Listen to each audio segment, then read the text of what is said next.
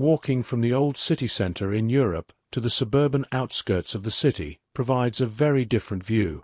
In the old city, there are symbols of Western civilization, a cathedral showcasing its Christian heritage, a Rococo city centre reflecting its Roman architectural roots, and many buildings that resemble structures from the era of Charlemagne. However, as one walks further from the city centre into the suburbs, the architecture changes rapidly. The predominant style becomes blocky, with square buildings made of glass and steel.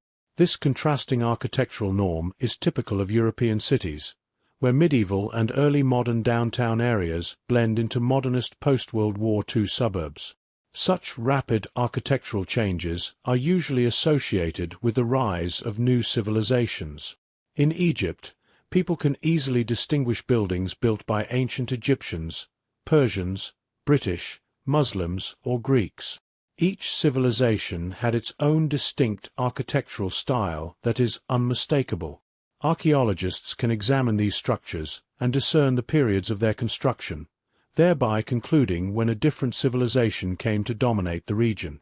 Archaeologists thousands of years from now who somehow lost all records of the modern time would be completely justified in guessing that there was some global spanning empire that developed after the world's wars, which had a completely different culture and conquered all over the planet except a few locations, imposing its new style. This view is ironically very true and untrue at the exact same time. The art and architecture of a society demonstrate the values and worldview of that civilization. People do this every day without realizing it, by looking at the way someone dresses. The music they listen to or the art they keep in their home serves as a demonstration of how their mind works. This is the bedrock of Spengler's entire theory of the world. The thing is, what happened here in France is something that occurred all over the rest of the world.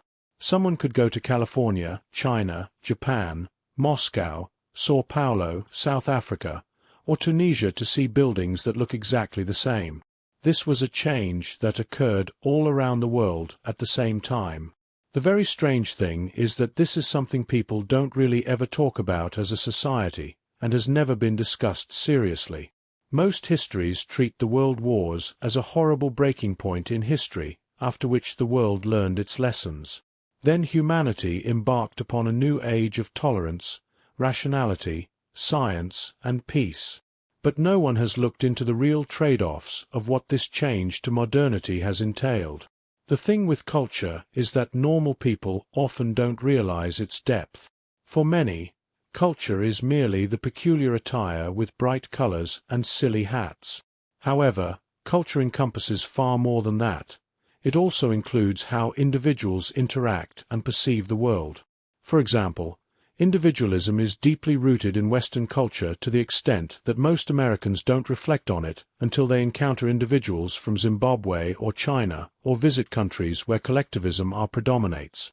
People so deeply ingrained in the myth of modernity that people ignore that culture is real.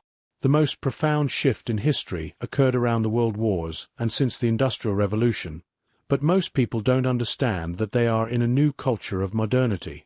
The term modern originates from the Middle Ages, which may surprise many, as the West has referred to itself as modern for the past millennium. Initially, modern was used to distinguish between the periods before and after the rise of the Church. According to Christendom, the advent of Christianity was so significant that it divided history into antiquity, before Christianity, and modernity, after the spread of the Gospel. From its inception, modernity signified an intellectual breakthrough that dramatically altered the world. To a person living in the year 1200, the era was modern. They studied the works of Julius Caesar and Plato, considered classics of antiquity. Ironically, during the Renaissance, the term modern began to take on the opposite of its original meaning. Italian humanist thinkers rediscovered Greek and Roman classics, and found themselves more aligned with the secular humanist views of the ancients than with their medieval Catholic predecessors. This shift led to the tripartite division of history into ancient, medieval, and modern periods, a framework still in use today. In this new context, modernity came to embody the realization of humanism and the empowerment of humanity, contrasting sharply with the religious Middle Ages. From 1400 to 1960, this understanding of the modern age shaped historical perspectives, emphasizing human potential and achievements over religious doctrine. And some see the beginning of modernity ironically starts with the story of Columbus and continues to the present, covering the last 500 years. Initially, in the medieval period, modernity was associated with the Church's acquisition of great truths, which were expected to improve humanity until the end of days when Christ would return to set things right. This concept introduced the idea of progress, which was unique to Western society at the time. During the Renaissance and the Scientific Revolution, the concept of progress evolved into the idea of creating a human utopia, a place of peace, wealth, love, and advancement. This goal mirrored the Christian vision of the kingdom of heaven, but was to be achieved through human effort, a notion central to the technological project. This project became the foundation of all modern ideologies. Whether fascism, liberalism, or communism, each ideology advocated using technology and social engineering to build an earthly utopia. Although contemporary discussions about ending racism or poverty might not explicitly reference this, they carry an underlying promise of creating a perfect society. This perspective contrasts sharply with historical views, where the primary goal was to stave off social collapse and barbarism. People in the past believed happiness and peace could only be achieved through religion, as the world was inherently warlike and chaotic, a pattern reflected throughout history. A significant shift occurred in the 1960s with the advent of the term postmodern. Postmodernism has become the driving philosophy of contemporary culture. For a millennium, the West believed it had reached a profound understanding of the world. However, the devastation of the world wars shattered this belief, leaving people uncertain about the future. This shift marks a profound change in Western thought. Something to make clear is that the definition of modern civilization often centers on its identity formation in opposition to preceding civilizations. For example, Maoist China and other communist regimes positioned themselves against traditional Chinese values, as discussed in analyses of communist civilizations.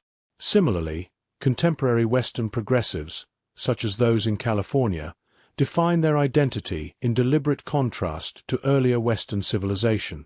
This trend extends globally, including in the Middle East, where leaders like the Shah of Iran and Saddam Hussein sought secularism as a departure from traditional Islamic norms.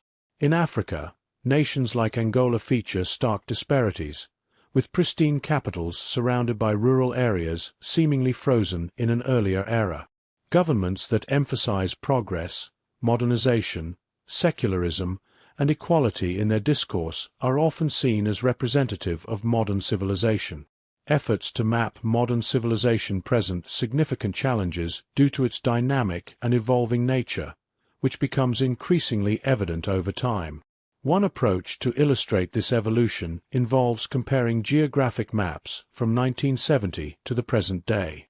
Modernist states in the Western Bloc, including the European Union and the American government, operated under the principle of social engineering to achieve progress. The Communist bloc was the most prominent example of this approach. Additionally, many Third World countries were governed by technocratic dictators who experimented with Third World socialism or secular liberal technocracy in an attempt to catch up with developed nations. All these regions under modernist ideologies can be described as technocracies. Over the past 50 years, there has been a noticeable retreat of modernity. Red State America, for example, experienced a significant shift with the Reagan Revolution, which fostered a society that is vocally Christian and Western, in contrast to the more technocratic, progressive Republicans of earlier decades like Eisenhower. Similarly, many Islamic countries transitioned from modern secularism to Muslim governance. Many Third World nations also abandoned their modernist pursuits, choosing instead to embrace and take pride in their local cultures. Russia shifted from communism to a more conservative and explicitly orthodox stance, while China moved from communism to a blend of nationalism and Confucianism. This landscape illustrates the current state of modernity. Two key takeaways emerge from this observation. First, modernity has been fighting a defensive battle against traditional civilizations for the last half-century and has been gradually weakening. Second, modernity is often imposed from above, with capital cities and elites embracing modernist ideals while the countryside remains rooted in traditional civilizations. Modern civilization represents a global technocracy of the elites, who frequently share more common ground with each other than with their fellow countrymen. Travel experiences highlight this disparity. In cities like New York or Los Angeles, residents often feel more at ease communicating with individuals from other major cities like London than with people from rural areas such as Pennsylvania, Texas, or South Dakota. Elite hubs like LA, London, and the Hamptons attract people from around the world who often lack any knowledge or connection to the rural areas of their own countries. For instance, while a third of Americans live in regions with an honor culture, this concept is entirely foreign to those immersed in modern culture. This disconnect is evident when companies relocate from New York to Atlanta without understanding Southern culture or history, or when wealthy individuals in Shenzhen are unfamiliar with the local Cantonese dialect. Similarly, a person of half Turkish-Polish ancestry living in Germany might never engage with German cuisine, history, or culture, highlighting the growing divide between global elites and local traditions. It is arguably unfair to classify individuals who actively reject and remain ignorant of the local cultures of the areas they inhabit as part of those cultures. Despite their denial of possessing a culture, it is essential to analyze what their culture entails, since all humans inherently have one. This detachment arguably makes the contemporary elite one of the most disconnected in history. Unlike the business moguls of the Victorian era or the medieval European nobility who shared cities, religions, and values with their subjects, today's elite live in separate cultural and civilizational spheres. Technological advancements have exacerbated this isolation, allowing the elite to maintain minimal interaction with the broader population, often leading them to the illusion that they are not elite and that poverty is non-existent in their countries. Modernity has evolved over centuries.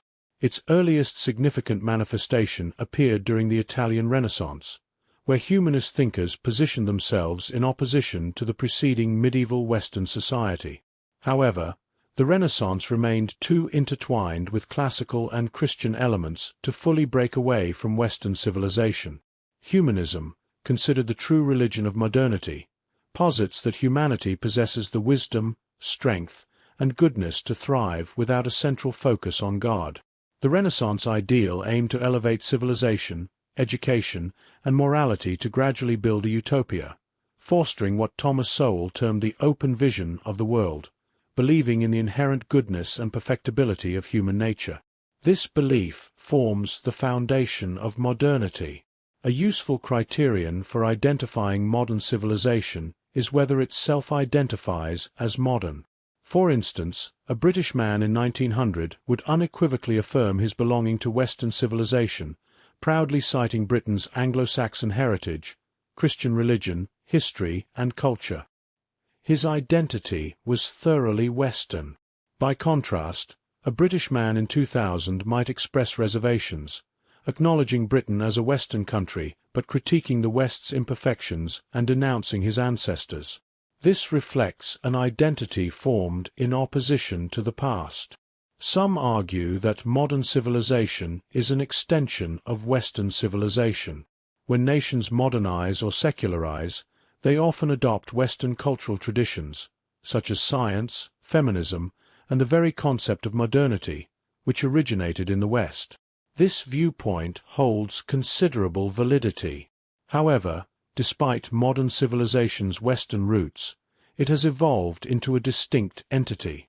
Oswald Spengler referred to Western civilization as Faustian, inspired by the German myth of Faust, a man who sells his soul to the devil for wealth and knowledge. Spengler suggested that the West was willing to sacrifice its identity and traditions for immense power, indicating a profound transformation that distinguishes modern civilization from its Western origins. modern civilization can be seen as the Faustian bargain the West has made. By trading its traditional identity, the West has embraced modernism and the pursuit of a modern utopia. Although modern civilization originated in the West, it fundamentally defines itself in opposition to traditional Western values, which is why distinguishing it as a separate entity is crucial. The Enlightenment, which emphasized using rationality over tradition and religion to improve society, is a clear example of modern thought. Intellectuals shifted from a religious to a modern worldview in the early 18th century. However, it is important to remember that the Enlightenment was concentrated among a small group of intellectuals, while the majority of Western Europeans remained deeply religious and rooted in traditional society.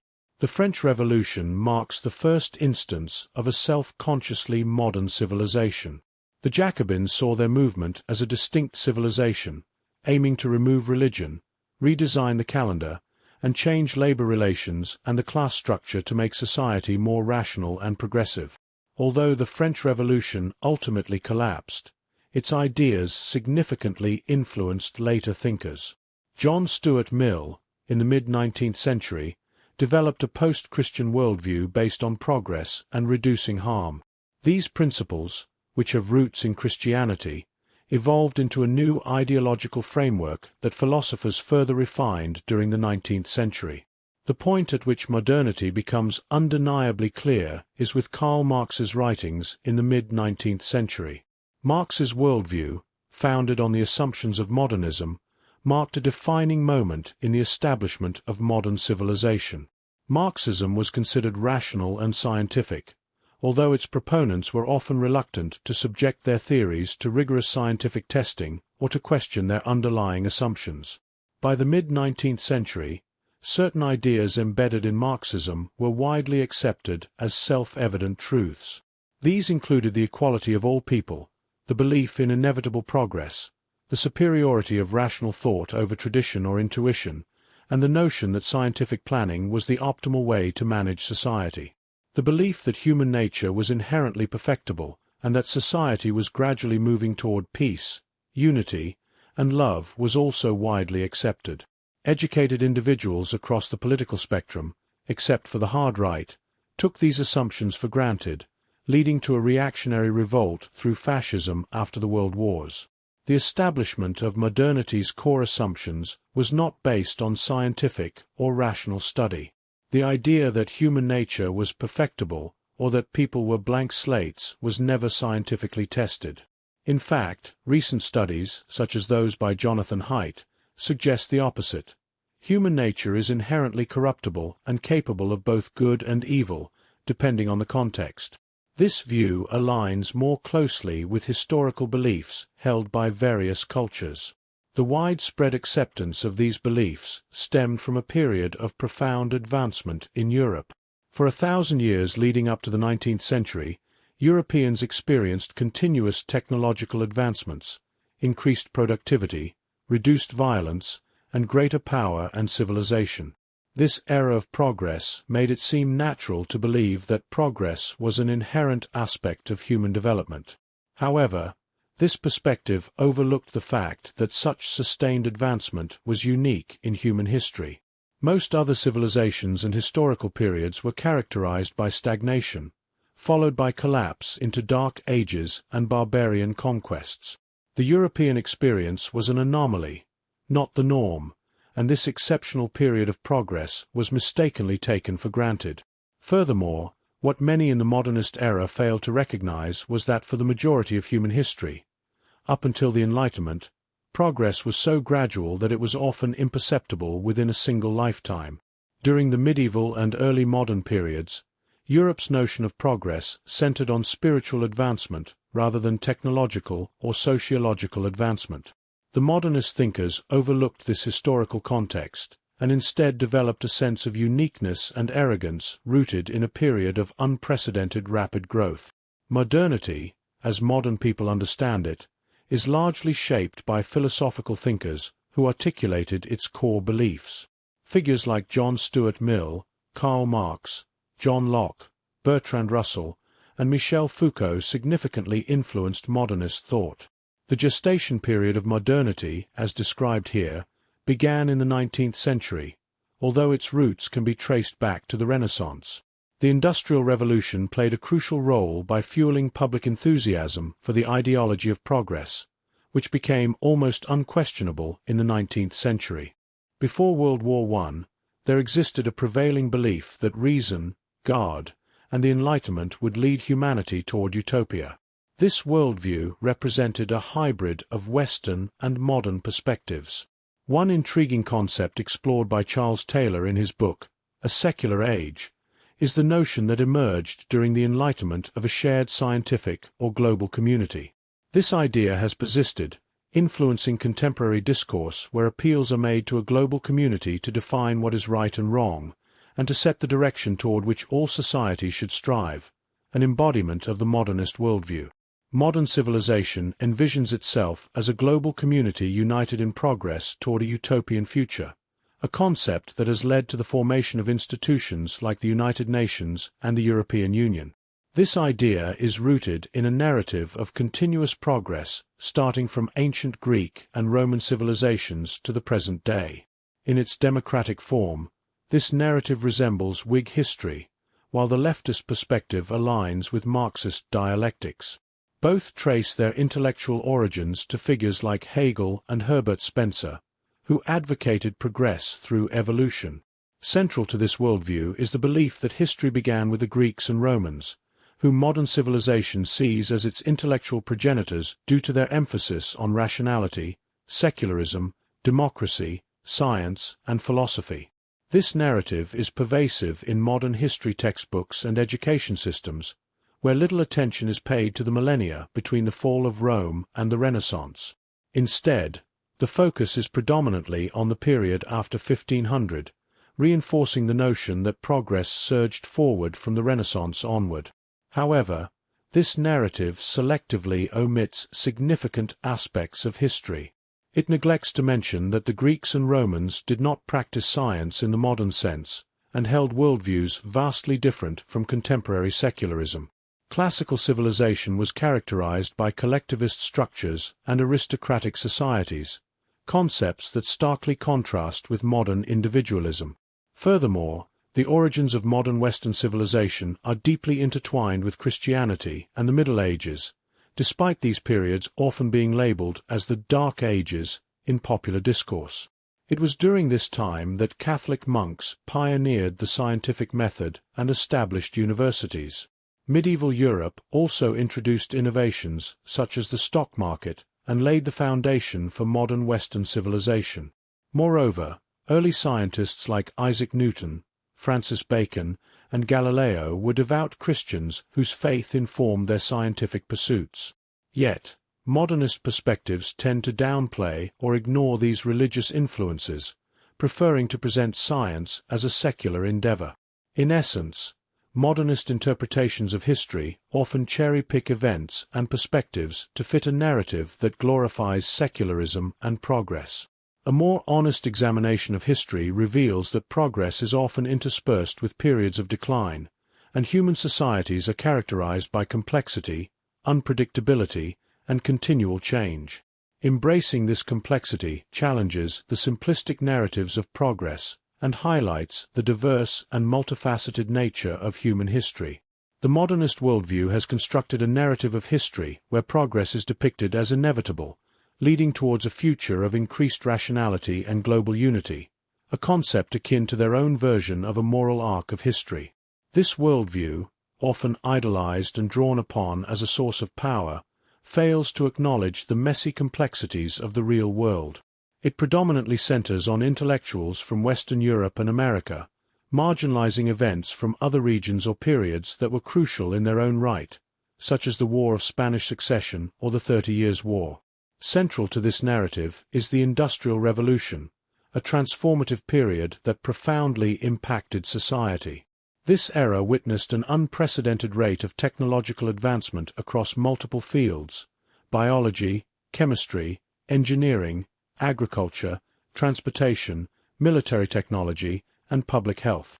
The scale and pace of innovation during this time were unparalleled, with inventions like airplanes, cars, electricity, machine guns, movies, and refrigerators emerging within a single lifetime. The euphoria and rapid progress of this era led to a sense of invincibility and arrogance among many. This phenomenon parallels the experience of content creators who suddenly achieve immense success, often losing touch with reality and becoming detached from humility and hard work. However, reality eventually imposed a harsh wake-up call on modern civilization, namely, the World Wars. World War I, in particular, shattered the illusion of perpetual progress and global harmony. The trauma of trench warfare deeply scarred Western civilization, challenging the optimistic belief in continuous improvement and peace. While visionaries like Teddy Roosevelt and Winston Churchill foresaw the looming conflict, the reality of the war that ensued was brutal and barbaric. Technologies that had promised growth and quality of life, like trains for transportation and nitrogen fertilizers for agriculture, were repurposed for destruction. Airplanes, initially symbols of human ingenuity, were used to drop bombs, further escalating the carnage. Moreover, the high levels of social trust that had underpinned the belief in progress were shattered as millions of young men perished in the trenches, fueled by nationalist fervor and misplaced idealism. The aftermath of World War I forced a reckoning with the limitations of modernity's promises and its optimistic worldview. It revealed the darker side of technological advancement and societal evolution, challenging the notion that progress inevitably leads to a better future. It all started during World War I, a watershed moment that marked a transition from aristocratic and monarchic rule based on divine right across much of the continent. Post-war, power shifted to social reformers and ideologues. Fascist regimes emerged in Spain, Germany, and Japan. Communism took hold in Russia, and utopian social engineering ideologies gained sway in Britain, France, and America even before World War I. Modernism, once among several influential forces shaping Western societies, emerged as the dominant ideology thereafter. One of history's paradoxes is that societies often reinforce their negative traits when confronted with crises. For example, the Aztecs, realizing their civilization's decline, intensified their sacrificial practices. Similarly, the Nazis, recognizing impending defeat, escalated their persecution of Jews. Meanwhile, Islam and China, confronted by Western dominance, often retreated into conservatism. Modernity's response to World War I, a conflict spurred by rapid modernization, involved shedding remnants of pre-modern culture where feasible. Before the war, Europe was characterized by strong traditional cultures rooted in elaborate codes of conduct, aristocratic governance, and reverence for ancient Greco-Roman and medieval legacies. However, the aftermath of the war saw a rejection of many of these traditions. The 1920s heralded the beginning of the contemporary era. Fashion trends became more revealing, religious influence diminished, urbanization accelerated, and ideologies like socialism, communism, and democratic socialism gained popularity. Women gained suffrage, symbolizing broader societal shifts. This transformation wasn't solely a result of World War I. Simultaneous factors such as population growth, urbanization, colonialism, and the rise of feminism also played crucial roles. Industrialization brought profound changes that made traditional cultural norms seem obsolete, exacerbated by newfound wealth that fostered disdain for old standards. This period of upheaval challenged long-standing beliefs and norms, paving the way for the ascendancy of modern civilization. Going into World War I, Europe was steeped in strong traditional cultures marked by elaborate codes of politeness, a reverence for honor, aristocratic fashion, and a deliberate preservation of ancient Greco-Roman and medieval legacies. However, the aftermath of the war saw a dramatic shift where everything associated with pre-war culture became perceived as outdated and unappealing. The 1920s marked the inception of the contemporary world. Clothing became more revealing, religious influence waned, urbanization surged, and ideologies such as socialism, democratic socialism, and communism gained traction. Women gained suffrage, symbolizing significant societal changes among many others. This transformation wasn't solely propelled by World War I. Rather, it unfolded amidst a plethora of large-scale social shifts. These included rapid population growth, mass migration to cities, colonial expansion, and the empowerment of women, a phenomenon termed feminization. The industrialization that underpinned these changes was so profound that it led many to view traditional cultural norms as obsolete. Moreover, increasing wealth bred a disdain for old standards, with a belief that societal norms were unnecessary in an era of progress. Western civilization, buoyed by its dominant global position post-World War I, believed it could transcend its historical baggage by shedding old cultures and embracing a new, idealistic modern culture. This era saw the West attempting to establish a monopoly on defining global moral standards, a sort of gentleman's agreement that certain values were universally good or bad. This aspiration mirrors what could be termed Greta Thunberg logic, where the West's consensus could purportedly lead to a global utopia. The ideals of modern social justice emerged from this period, driven by the belief that Western values and norms could bring about positive global change. However, contemporary realities challenge this idealism. Today, countries like India and China, not the West, dominate global emissions. Efforts to deindustrialize the West to mitigate climate change risk, undermining technological progress, crucial for addressing environmental challenges in the future.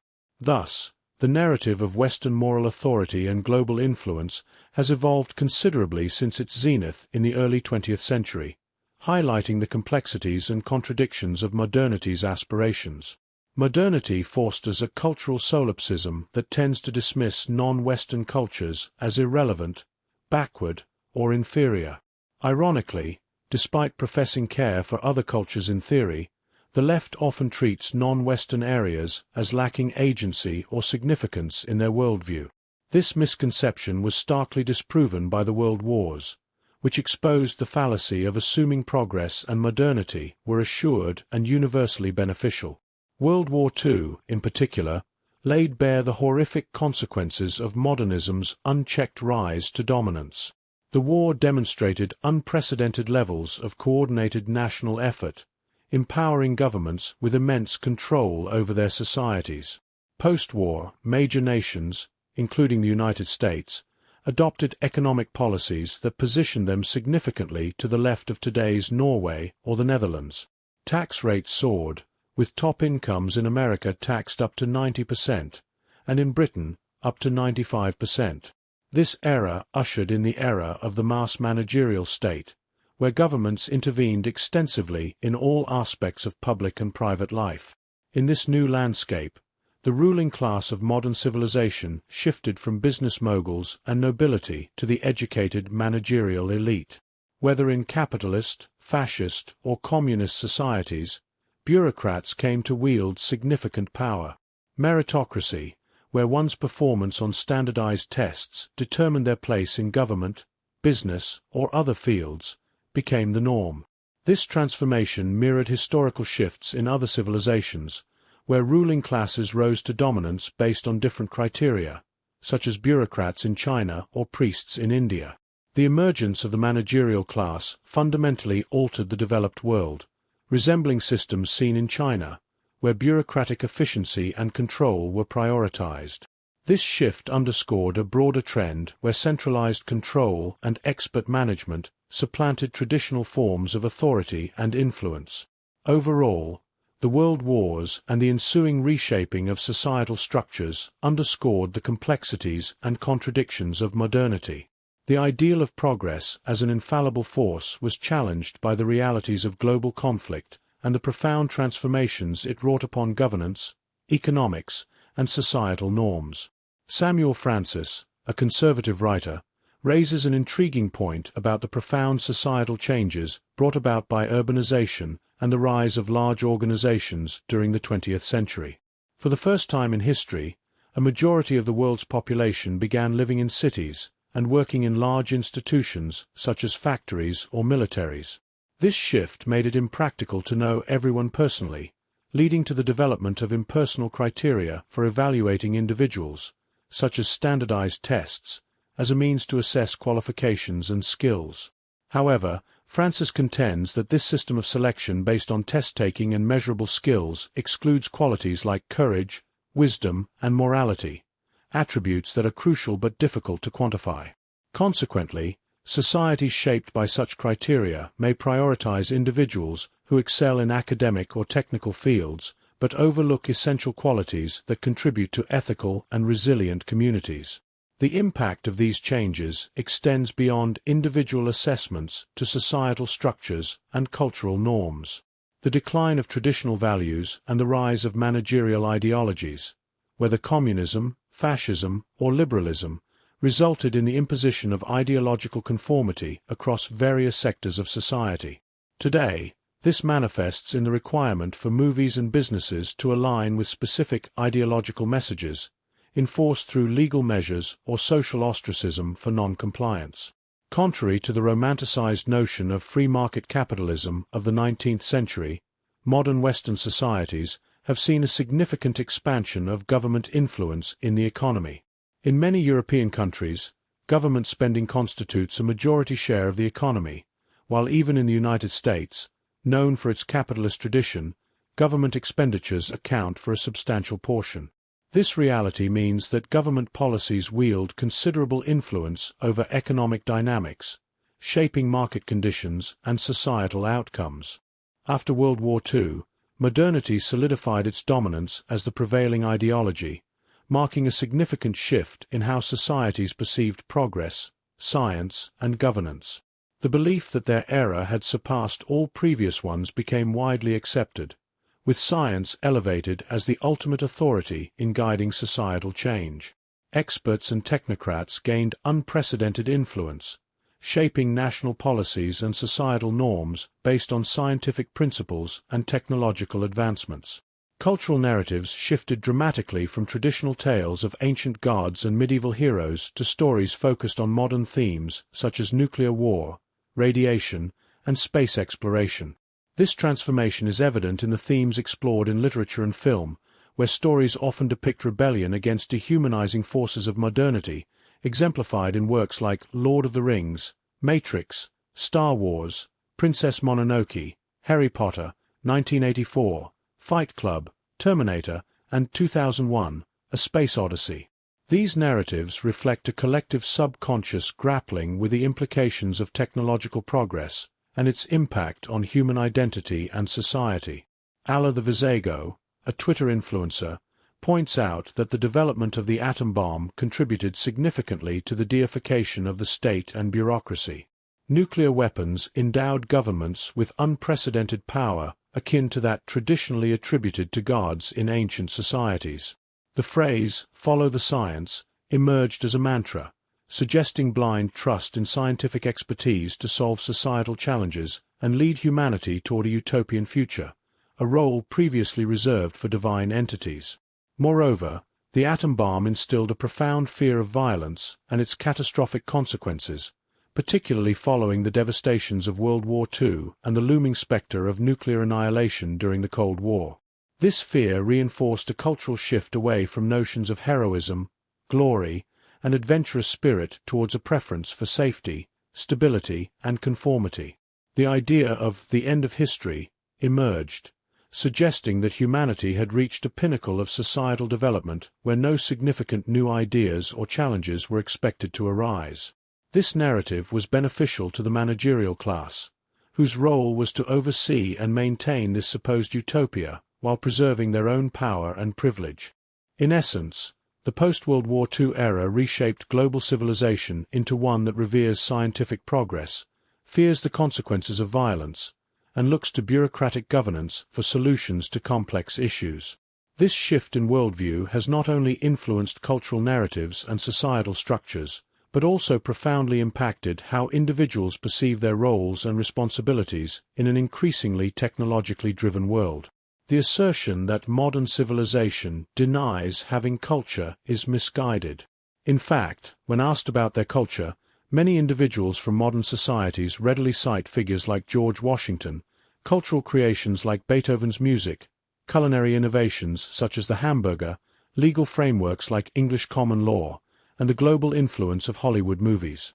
These are all integral components of culture, reflecting how a society functions and evolves over time. Critics sometimes claim that certain groups, like white people in America, lack culture. This notion is flawed because it overlooks the rich tapestry of traditions and innovations that constitute cultural heritage. Culture encompasses not only art and history, but also societal norms and values that shape behavior and perceptions. One notable aspect of modernity is its adherence to the belief that certain principles, such as equality, are inherently valuable without needing further justification. This perspective contrasts with historical societies that often grounded their beliefs in religious teachings or philosophical frameworks. For instance, beliefs like equality were often tied to religious doctrines, which provided a clear source of identity and justification for their beliefs. In contrast, modernity tends to embrace a secular worldview where principles are accepted on their own merits, often without explicit acknowledgement of their historical or philosophical roots. This can lead to a sense of detachment from cultural lineage and identity, as modernity emphasizes rationality and empirical evidence over traditional belief systems. Despite these differences, it's essential to recognize that modern societies do possess a distinct cultural identity shaped by historical figures, artistic achievements, legal traditions, and societal norms. The challenge lies in reconciling this identity with the broader historical and philosophical currents that have shaped human civilization over time. The observation regarding the treatment of history in contemporary society, particularly in academia, raises significant points about its perceived value and application. In today's context, there appears to be a dichotomy between the treatment of history and other disciplines like science. In scientific fields, there is a strong emphasis on empirical evidence and building upon previous knowledge. The idea of disregarding established scientific principles due to societal changes would indeed be met with skepticism or ridicule, as the laws of nature are seen as immutable and foundational. However, when it comes to history, the attitude often seems different. There is a tendency in some circles to dismiss historical lessons as irrelevant to the present, or to perceive history as an outdated or impractical discipline for informing current societal decisions. This view contrasts sharply with the understanding that history provides a record of human experiences, decisions, and consequences that can offer valuable insights into contemporary challenges. The assertion that each era of history believes itself to be unique and enduring, only to eventually prove otherwise, underscores a recurring pattern in human history. Many civilizations and empires throughout history have risen and fallen, often due to repeating similar mistakes or failing to adapt to changing circumstances. The analogy of madness, often attributed to Einstein, about repeating the same actions and expecting different outcomes applies aptly here. If history repeatedly shows that societies face similar challenges, and that hubris often precedes downfall, dismissing the relevance of historical lessons becomes increasingly difficult to justify.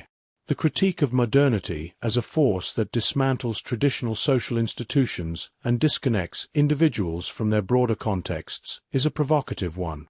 Modernity, in its pursuit of progress and individual autonomy, often emphasizes the liberation of the individual from what are seen as confining structures such as family, religion, ethnic ties, and community bonds. This concept is encapsulated in Charles Taylor's idea of the buffered self, or buffered personality, where individuals are perceived as autonomous entities detached from their surroundings. This approach suggests that by freeing individuals from external constraints, they can achieve greater self-realization and contribute more effectively to society as a whole. However, human beings are not isolated entities but are deeply interconnected with their environments, social, cultural, ecological, and familial. The analogy of the chess piece illustrates the modernist view of the individual as a rational actor capable of making decisions independently of external influences. Yet, this view neglects the complex web of relationships and dependencies that shape human identity and behavior. People's beliefs, values, and behaviors are profoundly shaped by their genetics, upbringing, community norms, and cultural heritage. Removing these tethers can indeed lead to a sense of disorientation and loss, rather than empowerment. For instance, severing ties with one's community, disrupting familial bonds, or undermining cultural practices can result in alienation and psychological distress rather than liberation. Human beings derive meaning and stability from their connections to others and their environment, and these connections are often essential for mental well-being and a sense of belonging. Moreover, the idea that progress necessarily involves the destruction of traditional institutions overlooks the potential value of continuity and historical wisdom. Many traditional practices and institutions have evolved over centuries to meet human needs and foster social cohesion. Dismissing them outright risks losing valuable insights into human resilience and adaptive strategies developed over time. This meant modernity cannot think holistically. Modernity is not individualistic. It's better to view it as having very collectivist societies, such as fascism, communism, or modern leftism. But they view the individual as a discrete pawn, independent from their social context. The elite viewed people as pawns in the push for greater progress, and that people should console themselves for losing their livelihood, that they helped progress happen, and that it was greedy for them to not want to support progress. The elite effectively treats people like livestock or a herd they can move around for the benefit of the greater farm, and not treating the people that they rule as if they're agents and independent people with souls.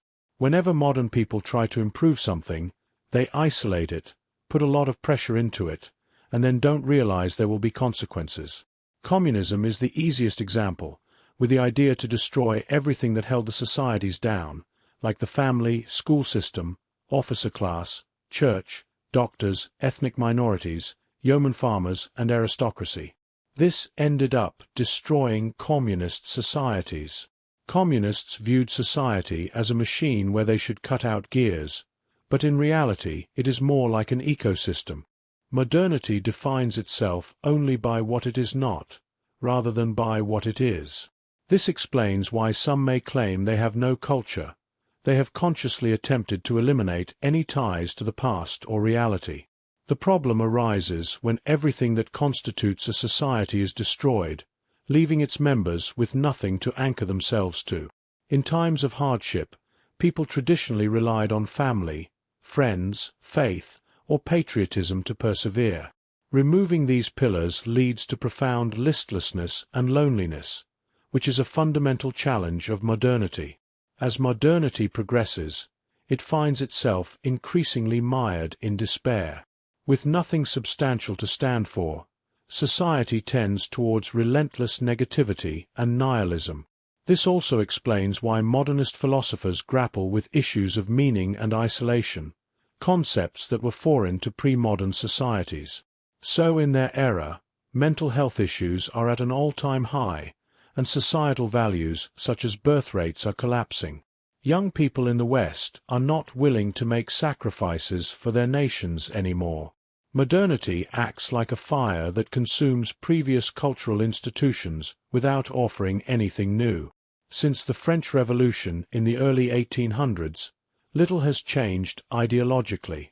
Socialism, feminism, hedonism, technologism, and industrialization all developed during this time. In America, every faction claims to be fighting against the establishment, even those who are part of it. Ironically, the wealthiest, safest, and healthiest society in history is also the most loathed by its own inhabitants. Modern society could be aptly described as rage against the machine, where every political group fights against depersonalization. Industrialization brought this depersonalization, and people recognize its negative effects. However, those who gain power tend to reinforce this depersonalization to maintain their power. Modernity stands alone in history in believing it has nothing to learn from the past. Previous eras respected history and relied on religion to guide them through life's complexities. They embraced gender roles, social classes, and national identity as inherent truths. Modernity's rejection of these principles as outdated is akin to insanity. Throughout history, societies recognized their impermanence and the need for responsibility to future generations. The belief that pushing further will lead to a utopian society is reminiscent of religious fanaticism. Each era had its own version of utopia, but modernity's focus is material rather than spiritual. The Master and His Emissary, by Ian McGill Christ, discusses the right and left hemispheres of the brain.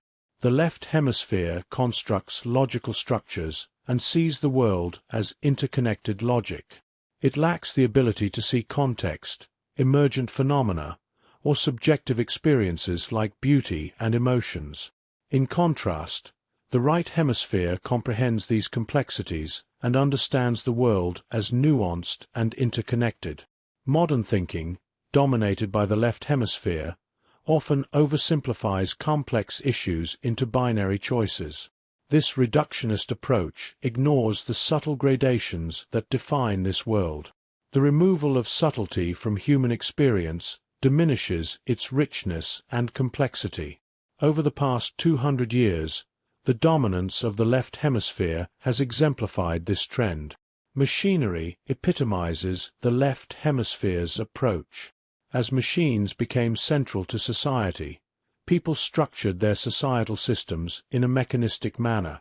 People began to describe humans and ecosystems as if they were machines themselves. When questioned, what evidence would change your mind on the subject? A query to test someone's rationality and openness to falsification, fundamental principles of the scientific method. Unfortunately, many modern people struggle with this question.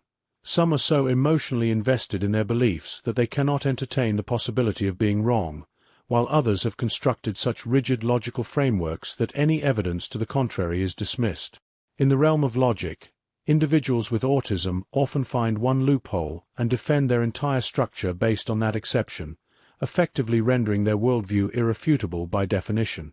What the left hemisphere tends to do is construct a logical framework or measurement and then mistake it for reality itself.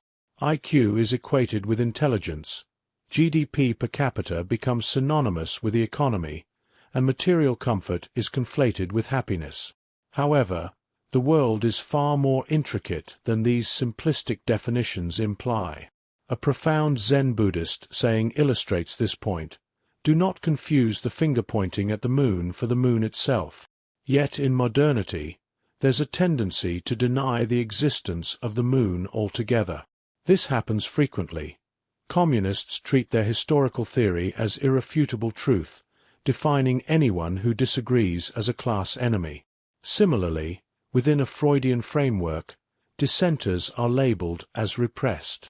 Postmodernism takes a different approach, arguing that nothing can be definitively proven, thereby suggesting reality itself is a construct. However, this does not change the fundamental reality that the world does exist. Modernity's critical error lies in mistaking definitions and theories for actual phenomena.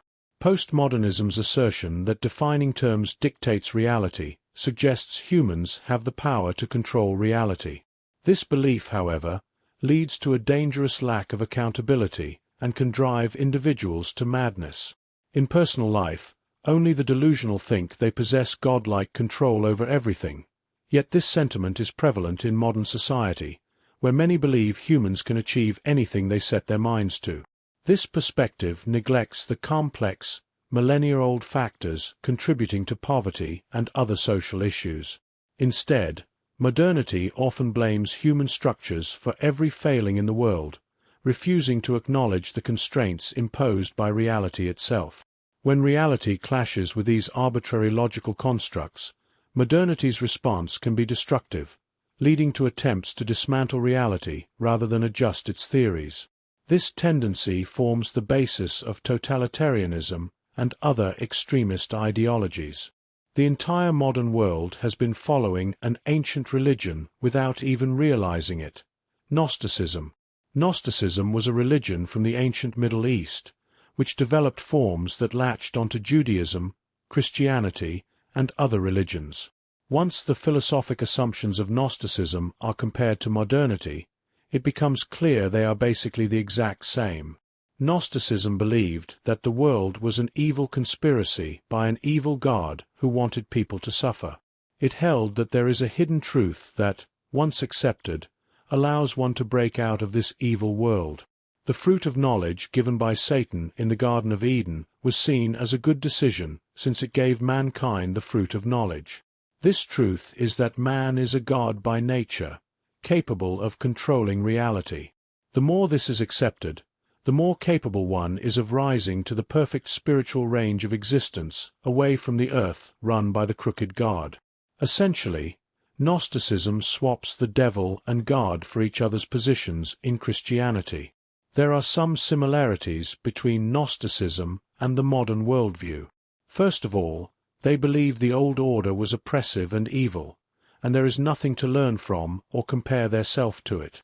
By accepting the hidden truth of immense power, perfection is attainable. Once everyone embraces this shared truth, a utopia can be achieved. Those who don't adopt it are stuck in the old evil world due to either being stupid or evil. Finally, the Gnostics believed that by defining terms, reality could be controlled. They invented the idea of creating an image and definition for the world with an underlying theory, and then confusing those theories and definitions for reality. These are all things shared between the Gnostics and the modern world. Every other religion says that the flawed nature of humanity must be accepted, and from that, improvement can occur. This also explains modernity's conception, which is so incomparable to any other era, and why it's so self-evidently superior, or its inability to comprehend why anyone would disagree with it. Also, why there is no need to explain themselves to anyone. Gnostics said that they had the gnosis, or the hidden truth, which is self-evident once discovered, and those who do not accept it are just not part of the anointed.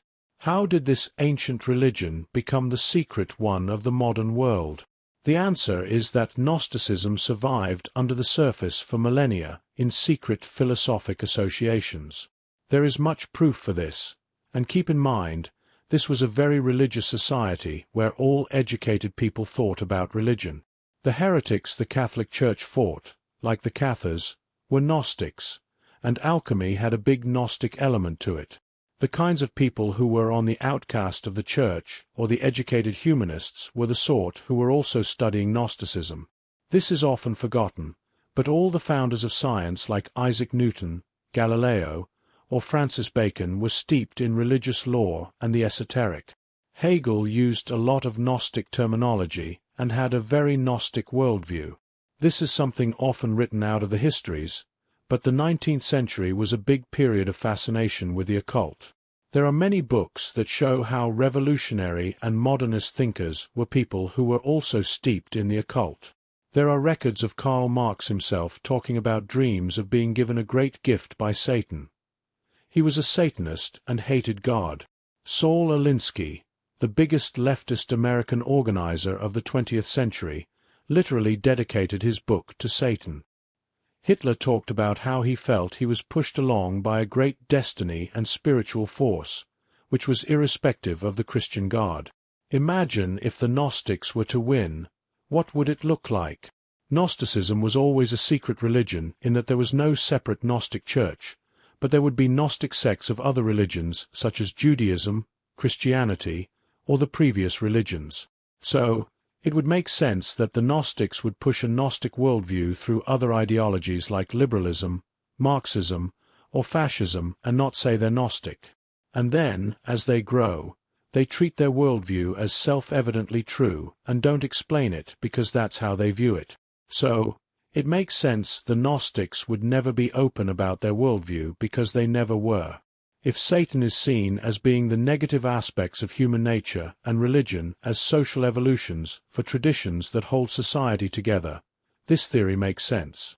What happened in modernity was with all the mass advancement at an incredibly rapid speed, first of all, that removed incentives towards traditional values which held society together in hard times, such as chastity, courage, loyalty, patriotism, and other things. Once people in a wealthy society no longer needs these to survive, decadence, which is a normal historic process, sinks in as people realize subconsciously their decadence is wrong. They lash out at their traditional values and social structure out of resentment. They build society in opposition to them to assuage their guilt. This is why society glorifies hedonism and hates virtue today. Secondly, with all this massive new power, it looked to humanity as if they had made a breakthrough where they no longer needed God. For the new ruling class of the managers, religion was something that held them back. Religion told them they weren't perfect, that they shouldn't nakedly desire power. But the idea that there were constraints on their power, driven by human nature, would hold them back. Thus, the old Gnostic ideal that humanity was capable of being a god looked attractive. Even if this doesn't descend from Gnosticism, it's a logical conclusion based on the self-interest of the elite at the time that could have formed organically independently. If the elite could destroy religion and tradition, they could seize total control of society. This is why modern society hates good art, and why its architecture looks like this. If the population is beauty, God, or communities, it would create reasons for them to not support the ruling class. If the art and architecture of a society demonstrate their soul and inner character, then their art and architecture show that they have no soul. They have no idea what they're doing or what they stand for. This is the reason for gender fluidity. By breaking apart the most fundamental part of their nature, the split between men and women which allows them to procreate, the ruling class is able to get the population to believe whatever they want, no matter how absurd, to demonstrate their complete mental dominance over them. Their society hates all the things the older society respected, such as the patriarchy, beauty, law, order, the family, strong values, children, and ethnicity, can be said to have been bad, and they definitely had some negatives. But these were all the things that all societies could agree were good beforehand, without even questioning it. Ironically, this is pushed by the ruling class, which is insane, since one would think they'd want to keep stabilizers that would make their power more secure. Instead, they want to destroy them since they resent human nature. They want anything that holds it together. They delude themselves with fantasies of utopia as they happily burn their societies down. The reason the elite puts up Satanist statues, has Satanist costumes, or movies where evil is good, is that they hate all responsibility and order that would create standards they'd be held against. They like Satan since his message of complete openness, heathenism, no standards, and mental closed-mindedness is what they want for themselves. That's why someone who doesn't believe the outside world is real would want, as they can't envision them fail since they control reality. Also, a population which has been inculcated with these values will have already willingly turned themselves into slaves through removing any responsibility or personal growth which would allow independence. Again, for non-religious people in this audience, these can be viewed as symbolic for the chaotic and stabilizing elements of the human condition, and the elite supports chaos. The problem here is that a system driven off rebelling against the natural order can't survive, since it can't create any stability. All the modernist ideologies have failed, or are in the process of failing. Modernity pushes for idiotic things since it treats progress or change as a good in itself. When it gets stressed, it pushes even harder without taking time to slow down and analyze. This is why woke people are pushing so hard to change society immediately. Now, why did the Axis attempt to conquer the world in a couple of years, or the Communists with their 5-year plans to industrialize their societies? At the end of each of these was supposedly a utopia, but instead, it was the ruin of their entire society. Modernity is incapable of introspection. It would have to then think about what it's doing. It would feel the gnawing emptiness inside of it and realize how flawed its underlying premises are. The term postmodern, developed after World War II as a reaction to the horrors of the world wars and the looming threat of nuclear Armageddon, combined with the immense wealth of the post-war period. It made the people involved realize modernity is not making them happy, and something clearly went wrong, which then create modernism, thus leading to postmodernism. The point, though, is postmodernism is still in relation to modern, meaning it doesn't really have a new idea. When modernist ruling regimes face stress, they push harder for progress because their power comes from delivering progress. And when that doesn't happen, they have to either crack down on their populations in an authoritarian manner or appear as if they're pushing for progress really hard, working their populations to death. Civilizations are always driven by two ideological spirits, one of which is masculine and the other is feminine. Examples of this are Confucianism and Taoism in China, the farmer versus herder cultures in Islam, or the barbarian versus Christian elements to Western civilization. For modernity, this is the duality of the autistic masculine versus the hysterical feminine. This is true in liberal, fascist, and communist societies. They are only able to view the world through autistic mental categories or flowcharts. At the same time, they carry out all of their schemes with a hysterical feminine bent in which dissent is not allowed. Everyone has to work to a frenzy for progress, and if they're not good people. This creates a really weak and poorly coordinated society. Modernity is doomed by its very structure. The best things happen when they're not trying to force them. Love is like this, where if one tries too hard to seduce a girl, she'll sense their desperation. One doesn't try to develop a brilliant intellectual breakthrough. They come when they relax their mind and do what they love. They work out the most or read the most when they enjoy exercising or reading.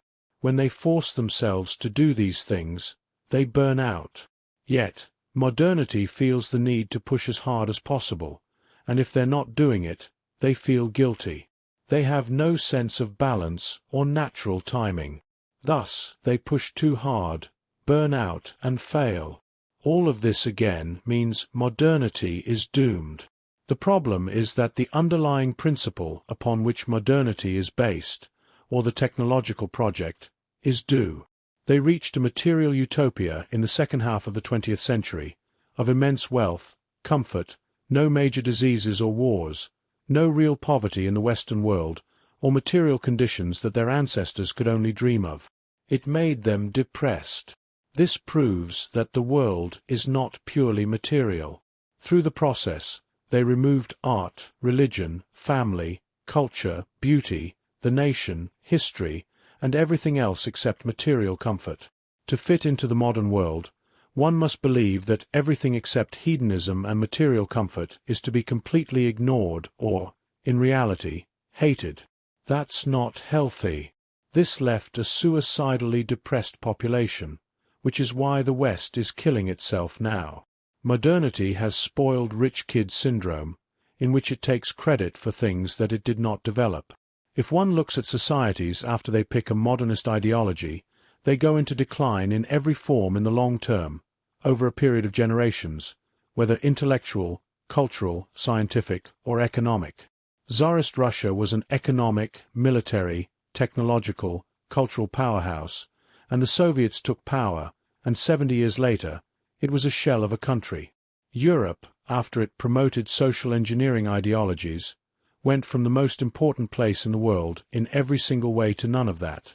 The reason America was the most economically, technologically, culturally, militarily, politically developed country, in large part, was that it kept more of its previous value system, with things like religion and freedom, without modernism burning it out. A century after a society loses its religion, it's incapable of having an empire, technological progress, or a strong, functioning society. This is a trend seen across France, Britain, Soviet Russia, China, and many other societies. Modernity claims technological progress and infinite gain, but the reality is that it promotes slowdown and crash due to burnout. As modernity failed, its proponents tried to socialize the population more to avoid its collapse. The Unabomber was right that industrial civilization demands over-socialization. For the modern person, they have to be a cog in the machine.